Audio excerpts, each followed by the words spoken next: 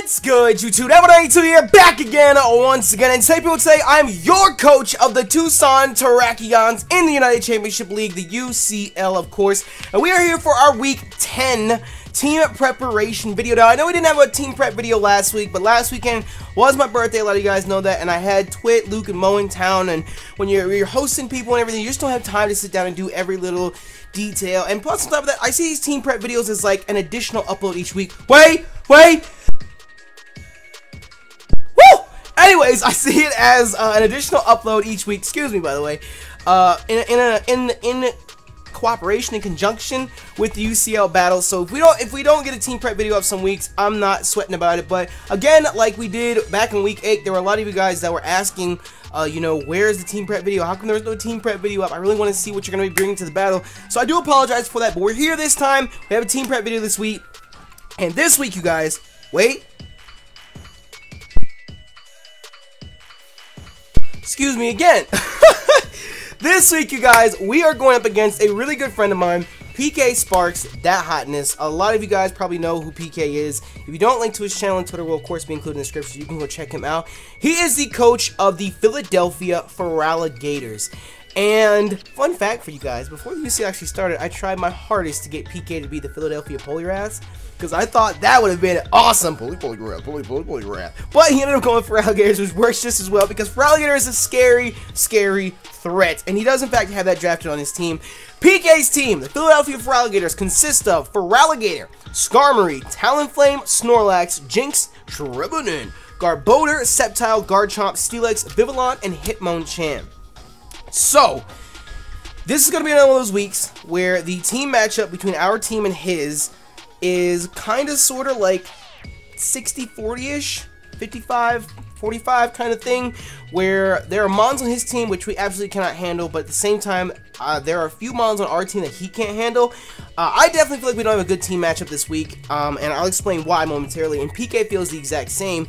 One of the good things, I guess, in hindsight about PK's draft is I know PK doesn't have a shit ton of confidence behind his draft. I know he's mentioned in the past that he feels like he has a pretty large ice weakness and that he had something in regards to special attackers and physical attackers or something.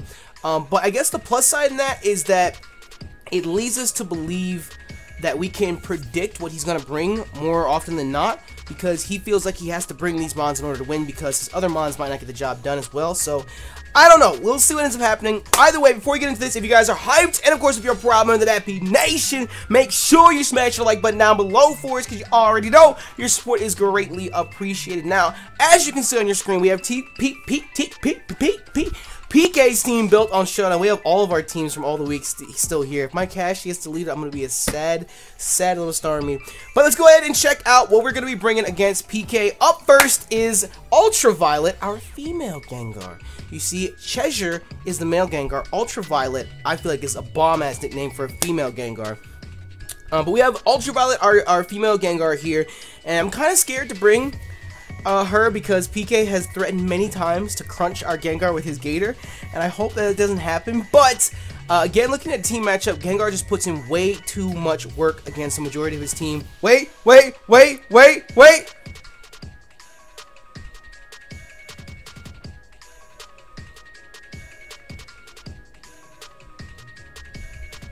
thought I felt another sneeze coming. It'll be here. Give it a little bit. But Gengar ends up putting in too much work against his team, and what we ultimately decided to do is choice spec it, because a single Thunderbolt by itself does not do enough to one-shot Gator. But choice specs Thunderbolt absolutely obliterates it and blows it away. On top of that, once we get rid of PK Snorlax, which is a huge issue, I'll talk about that in a second. But once you get rid of the Snorlax, we can Shadow Ball anything on his team, and nothing on his team can appreciate a Specs Stab Shadow Ball from Gengar. That's punching holes in some Pokemon right there. Sludge Wave is, of course, there for Stab as well. It does a lot of damage. Thunderbolt is primarily there for the Gator. Mons like Talonflame and Skarmory won't appreciate switching in either if we can predict with a Thunderbolt. And then Icy Wind is there more so for the Garchomp. You know, Garchomp can be a huge problem, a huge threat, and as long as he's not Scarf Garchomp, which is another mon that I want to speak about momentarily, we naturally outspeed. I built this team with Nexus this week, Nexus Sensei, and we actually did some speed creeping on Gengar here. We outspeed PK's Garchomp, of course barring if it's Scarf, by 1.0 a Jolly Nature, or I don't know what's the special attacking nature for a Garchomp, because I know people like to run Fire Blast on Garchomp, Draco Meteor.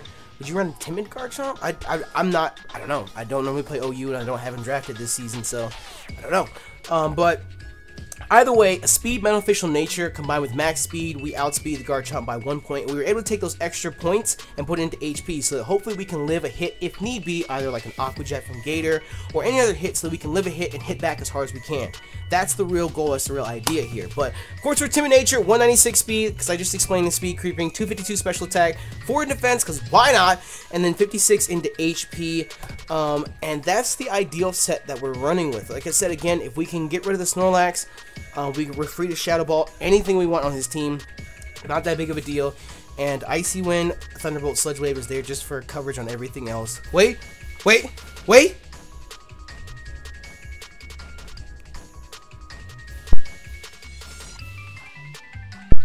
I don't know when it's coming. I don't know when it's coming. Either way, moving on, we have Mrs. Puff, the Quillfish. She's making her return this week, and she's back and sassy as ever, goddammit. She is rocking Black Sledge, and we have a defensive Quillfish this time. I think last time that we saw Mrs. Puff, she was more offensive with the rocking the Choice Band set, and she put in serious work against Mo's team. She won the battle for us against Mo's team. But Mrs. Puff is here this time.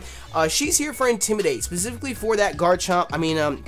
I guess for Garchomp as well, the Garchomp, the Snorlax, and specifically for the Feraligator, because unless he runs Return on his Gator, his Feraligator really can't touch us. You'd have to run either Return or Earthquake, and even then, after Intimidate drop, it only does like 46%. Wait, can I just sneeze already?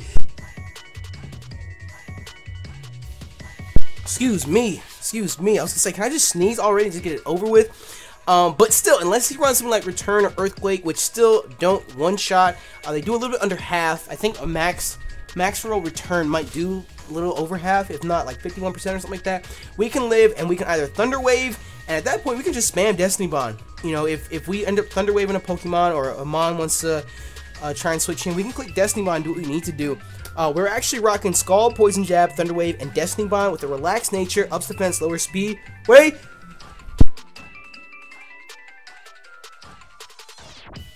God, stop! Oh my god, my nose, excuse me. But he has relaxed nature, plus defense, minus speed. And the reason that we decided to do that instead of Impish is because we are mixed attacking Quillfish. Nexus and I were sitting there talking about it, and we were running Waterfall, and we were throwing a whole bunch of moves up in the air because we were thinking about putting up spikes, trying to do that. Not Toxic Spikes, because PK does have a Garbodor on his team, and if he ends up bringing that could just negate it all. Really?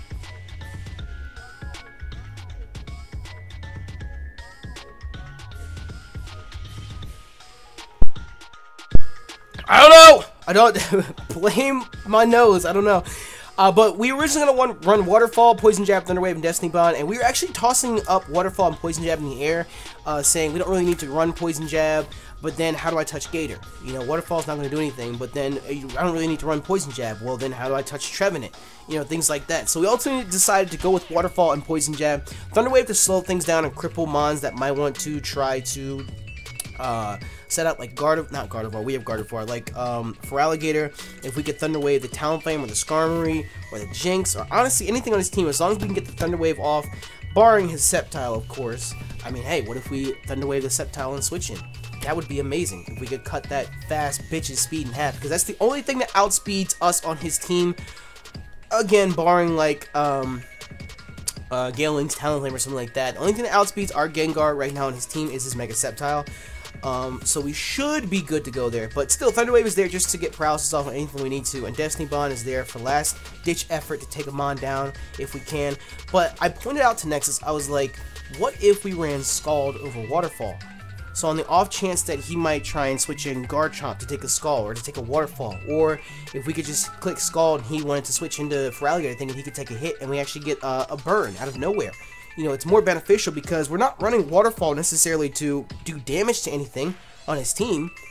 So we could run Scald and on the off chance get a burn instead. If we can burn the Garchomp, that's perfection. If we can burn the Gator, that's perfection. That's PK's biggest crutches. If we can burn that Gator, perfect. He's gonna have to set up 2 or 3 Dragon Dances to negate that burn and actually hit back hard enough to do anything. And by that point, we could either switch Quillfish back in and get another Intimidate drop off, We could go out to Ultraviolet and Thunderbolt it because his crunch is going to be enough to kill us anymore since he's burned. I don't know, it's options. That's really the biggest thing. When it comes to teams like this that have team matchups like this, it really comes down to the individual plays. You know, kind of like how last week I misplayed and that ended up costing us the match in the long run. And it comes down to hacks and shit like that. You know, will we land a crit? Do we get a min roll or max roll? Or status ailment. Wait.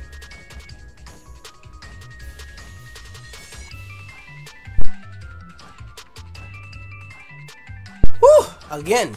And you can ask any Wi-Fi battler about that. You know, 50% of the game of Pokemon is up to chance. You know, whether or not you're gonna land the move, or whether or not you're gonna get a burn, whether or not you get a crit. And you know, it's one of those things where you just can't help it. It is what it is, and you just go with it. So with our team matchup this week, it's very, very scary. It's very, very terrifying, and I hope that we can either get a few max rolls in our favor or something. I don't know.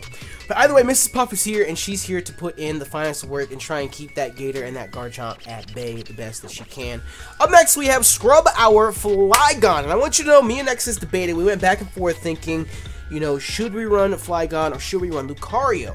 Because the biggest threat on PK's team, surprisingly enough, is not the Gator, it's his Snorlax.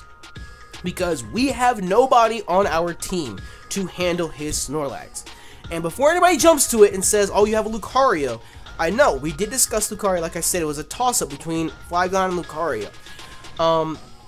We even thought about running a special and a mixed Lucario to go against PK's team. You know, slap Dark Pulse on it for the Trevenant, slap Psychic on it for the Garbodor, run E-Speed, and Close Combat. You know, just so that we can do everything. Because Close Combat from an Adamant Scarf Lucario has a chance to one-shot. I think its min damage is like 96 or 97 or something like that. Life Orb one-shots. Bandit, of course, one-shots. The only problem is, if PK ends up running a Chople Berry or something like that to half the damage, then his Snorlax lives, and he Earthquakes us, and we die. You know, having Lucario is not necessarily 100% guaranteed to kill the Snorlax. Now, it's not a bad idea to run either, it just came down to utility. Because if we run that moveset on Lucario, he can't touch his Skarmory. And even if we set up, then his Skarmory can just Whirlwind us out. You see, it's one of those things where it's just, it comes down to the turns, it comes down to what we go for. And that's another thing, because I thought about running Sub Calm Mind on Gardevoir, which, again, I'll speak about them, but it can't really be done because of the Skarmory. You know, we can't touch that Skarmory. So he just goes in knowing he can take a hit and Whirlwinds us out afterwards. And he even goes through Sub, which is one mechanic that I don't really understand. Because your substitute's supposed to be there to take the hits for you, so that wouldn't the Skarmory be Whirlwind and substitute and not you?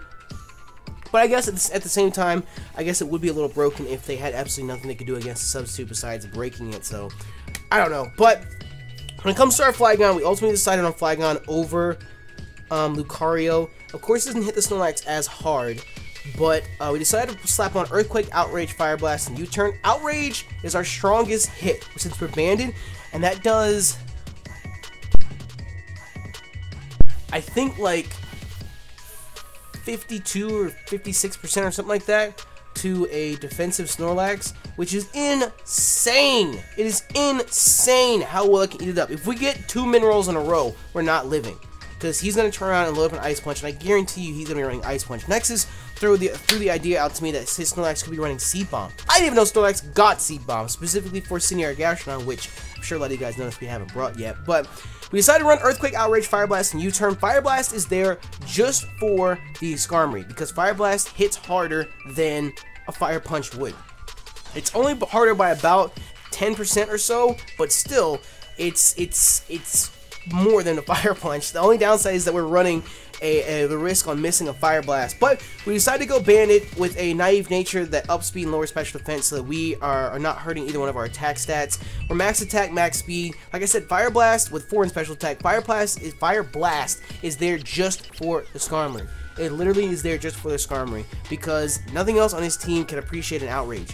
You know, if we can get rid of his Steel-type users, being either Skarmory or Steelix, we're free to click Outrage, just like we're free to click Shadow Ball on Ultraviolet if we can get past the Snorlax, which is a huge issue, a huge issue. But like I said, at the end of the day, it just became one of those things where Flygon fit better in the team than Lucario did, because another huge threat, or another huge potential threat that PK has, is if he decides to run like a Scarf Garchomp, whether it's physical or special, we can take Dragon-type hits, as long as Titania's alive, because we resist that. We can take the hit and negate his outrage or whatever. And when it comes to Earthquake, we have Gengar with Levitate, Scrub with Levitate, and then 30 minutes with Levitate as well. So we're safe from being swept by Earthquake, because half our team is off the ground. And if that's the case, if he locks himself in to Earthquake, then he has to switch out.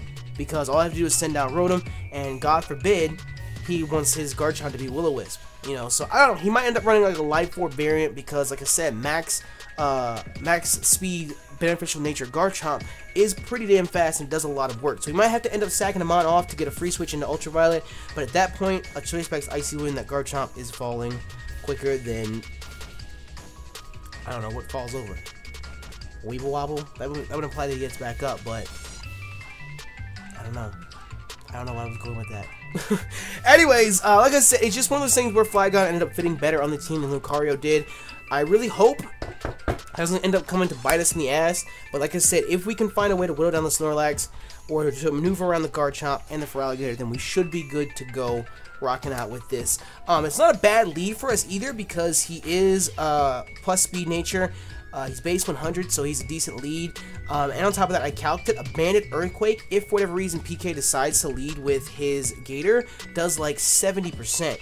And if we can play some mind games turn 1, and the only reason I say that is because PK has led with his Gator in the past. I'm not assuming that he's going to lead with the Gator again, because it's not exactly like the most beneficial thing in the world for him to do. But if he thinks that I'm going to swap out, figuring an Ice Punch, or and that'll get him a free Swords Dance or a free Dragon Dance or a free Substitute. No. We're gonna hit you as hard as we can with an Earthquake and try and get some damage away from you, because he has no way to get HP back on that Gator. And once we have that clean 70% chunk taken away, if he wants to substitute up, let him substitute up. I will send in Gardevoir and Hyper Voice your Gator to death. So it's one of those things where, again, it just comes down to the plays and making the risks necessary. I don't know. It'll be interesting to see what ends up happening. I'm very scared. I'm very scared. Especially that Snorlax. We have nothing to touch that Snorlax. When it comes to Snorlax, Hyper Voice from Gardevoir only does like 30%. You know, a Psyshock only does like 40%. He can safely switch in. He probably will safely switch in that Snorlax anytime a special attacker is out. Now, when it comes to his Snorlax, if he is Assault Vested, that would honestly in the long run be more beneficial for us, because that would keep him from going for Rest. That would keep him from using Curse. He would have to be some sort of offensive variant, which could very well be a thing. You know, if Heath is predicting Gastrodon, he could bring an Assault Vest Snorlax with C-Bomb, like we said, because he knows that he can switch it in anytime against my Gastrodon, eat up an Ice Beam, eat up a Scald, and hit me right back with a Seed Bomb. You know, so honestly, in the long run, an Assault Vested Snorlax would not be terrible.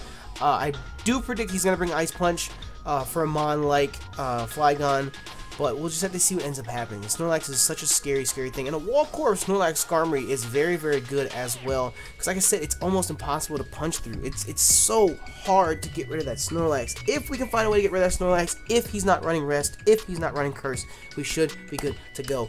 We did think about slapping Superpower on Flygon as well, but even then, a Banded Superpower only does like 79%. Which is crazy. It's crazy. Snorlax is too fucking fat. Too fat. But we'll just have to see what we can do to play around it. Up next, we have 30 minutes, our Rotom Heat. Again, some of you guys have pointed out that we have brought Rotom Heat to every single battle in the UCL so far this season, and with good reason. It's a really good Pokemon. That's why it was our first UU draft pick, because he's good. There's no other way to say it. He's good. He's really good in UU. Most of the teams that I built back when I was actively uploading Wi-Fi battles included Rotom Heat, because it's just too versatile. He only has, what, 2 or 3 weaknesses, something like that. But he is rocking Choice Scarf this week. We're more offensive than bulky this time around, because he has a little bit of natural bulk behind him. But we're max special attack, max speed, 4 in defense, and with a Scarf slapped on him, we outspeed everything on his team. Even his Mega Sceptile, after the speed updates, we outspeed Mega Sceptile, and we're free to click Overheat on anything. We're free to click Volt Switch on anything once the Garchomp goes down, or if he doesn't even bring the Garchomp, because PK has not brought the Garchomp to a lot of his battles, or at least from what I can remember, he hasn't brought it that often, which is surprising, because Garchomp is like the #1. Last time I checked, he was the #1 OU Pokemon, so for PK not to use it as much as he has been, I don't know, it's kind of scary. I'm going to be scared if he does bring it and I see it on the field. It's going to scare the shit out of me. But if we end up handling him, then we can go ahead and we're free to click Volt Switch on anything we want. The option for Trick is there, specifically for mons like his Snorlax. We can trick the Scarf onto him and either take his Assault Vest, which will, in the long run, end up helping Rotom, because, well, we can't Will-O-Wisp anything then, but at least we'll be able to overheat and Volt Switch and everything and eat up hits a bit better. But if we can trick on that Snorlax and take whatever item he's holding and lock him in, that'll keep him from setting up. Same with the Garchomp. I mean, well, I guess same with, well, no. What am I talking about? If he's already Scarfed, it doesn't make a difference. Same with the Feraligator, and a few other mons on his team, like the Trevenant, the Garbodor, the Talonflame, the Skarmory, if anything, that'll keep recovery from happening. So the chance to go for a trick is there, and this, honestly, Nexus and I sat down and spoke about it, is probably our win condition for the battle. Rotom Heat puts in so much work against his team. A Scarf Volt Switch. Number one, we can outspeed Gator. If he gets 1 or 2 Dragon Dances up, we're not going to really appreciate an Aqua Jet, but that's if he brings Aqua Jet, number one. But Volt Switch does like a clean 70% to Gator. So this is another viable option for us to lead with that might be a bit safer than Flygon, because we can Volt Switch out on anything but the Garchomp. And if the Garchomp wants to stay in against us, as long as he's not Scarfed, I'm going to burn him. I'm going to turn one, I want to go for a Will-O-Wisp on the Garchomp and burn that thing, because that's a huge threat for us. It's a huge, huge threat for us. That is if he ends up leading with a lead Garchomp and tries to set up rocks or anything like that. That would be nice for us, because we can get a free turn 1 burn, and we're guaranteed to outspeed as long as he isn't Scarfed, of course.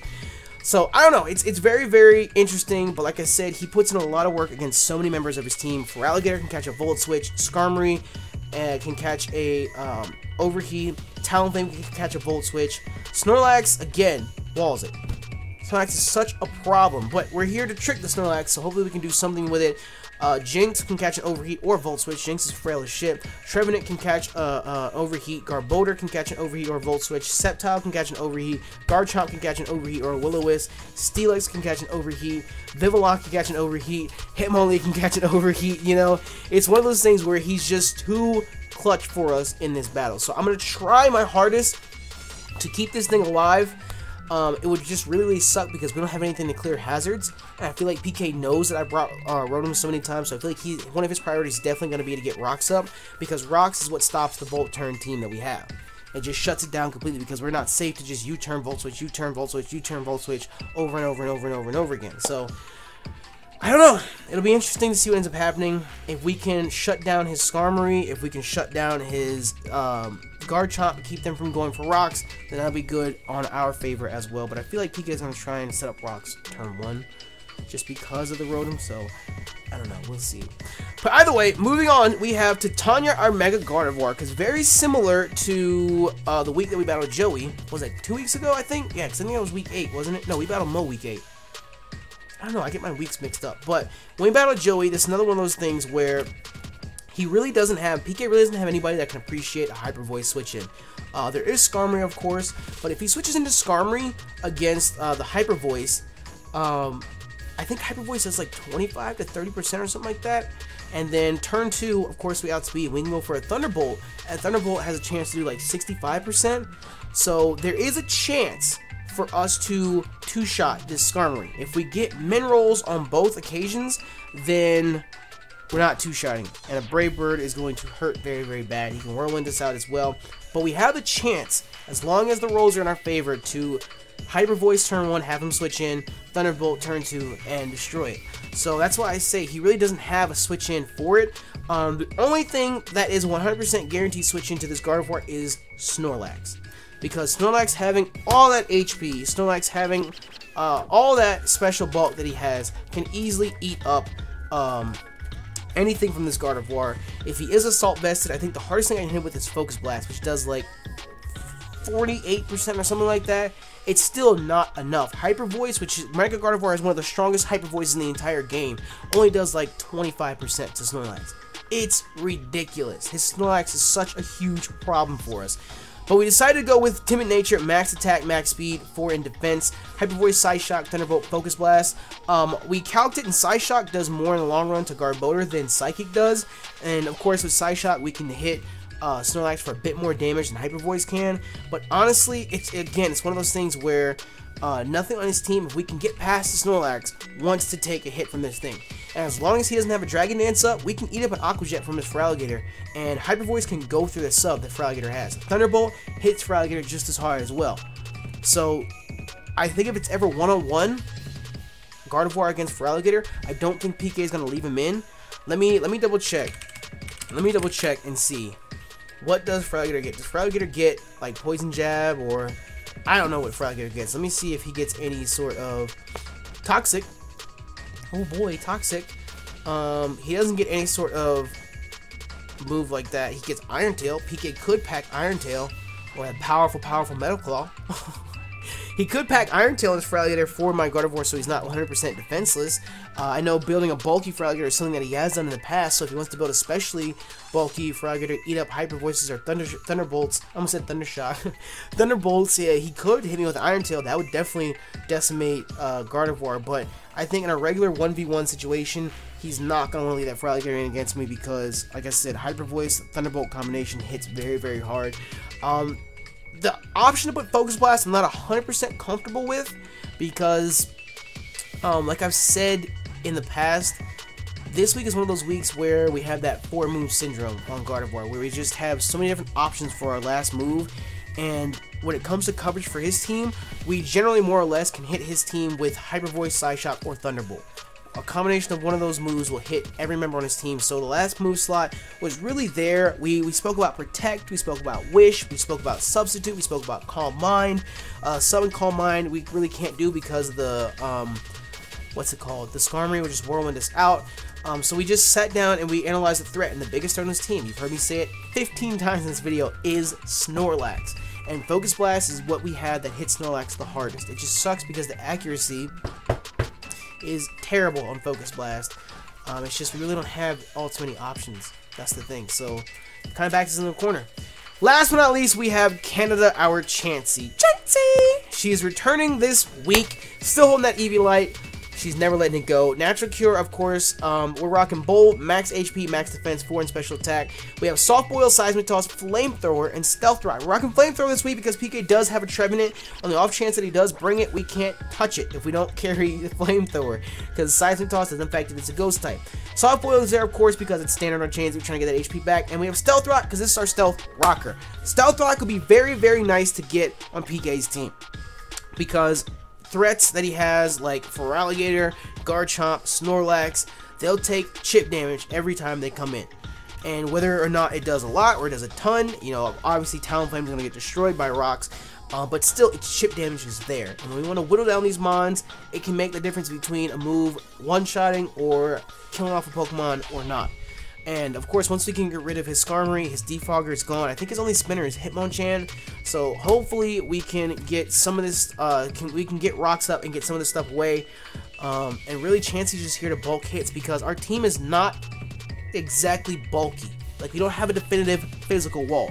We have an Intimidate user who's built physically defensive, but he's not, like, Qwilfish is not a wall, per se, like Gastrodon. Cindy's a wall, or Weezing is a wall. You know, our objective, our goal this week is to not necessarily wall his mons, but rather to outspeed and hit them harder. That's the whole notion. And I don't know. I hope it works out. Like I said, his Snorlax is honestly very, very terrifying and very, very scary. And if I misplay and that Feraligatr gets the chance to set up or sub up, then we're going to be in a world of trouble and we're going to get swept. You know, I'm not denying it. It can very well happen. I just hope that we can find a way to play smart and not rush through things like we did last week. And we should hopefully be able to come out with a win, or at least not get absolutely destroyed. I don't know. Either way, I'm actually getting ready to go and battle PK right now. A lot of you guys, some weeks people say, it's not smart for you to upload the Snappy because they can see it before you battle. We don't battle Friday night every week. We don't battle Saturday morning before we upload it. Most of the time, there are people in the league that will battle on Sundays, the day after their previous battle goes up. Some people wait till Wednesday. Some people wait till Friday. I'm going to break the fourth wall right now and tell you, me and PK are recording this on Tuesday night. You know, so the battles already happened by the time this team preparation video goes up. So you guys have nothing to worry about. But we're going to go into it and hope for the best. We have the best team that we could have possibly built to take on PK, and I hope the best happens and we can come out with a W, because I know the rest of our season is not exactly the easiest either. And if we want to make it to playoffs, we have to play smarter. We have to get our head in the game and do the best that we can. If we don't make it to playoffs, at least I tried. My goal going into the season was to go 8-7. That's positive. Then our secondary goal was to go 10-5. If we can end up being 10-5, that's our next goal, I will be 100% happy. I will be A-okay with that. I don't think 10-5 will be good enough to get us into playoffs, but we'll see what happens. Either way, if you guys enjoyed this week's team prep video, and of course if you're proud members of the Happy Nation, make sure you smash our like button down below for us. But with that, I'm going to get about our Week 10 UCL battle. Should be up tomorrow morning at 10 a.m. Eastern Standard Time. I will see you guys then. I'm going to get about. Thank you all once again for your support. Thank you for checking out the video. You know me, to that 182. I'm out.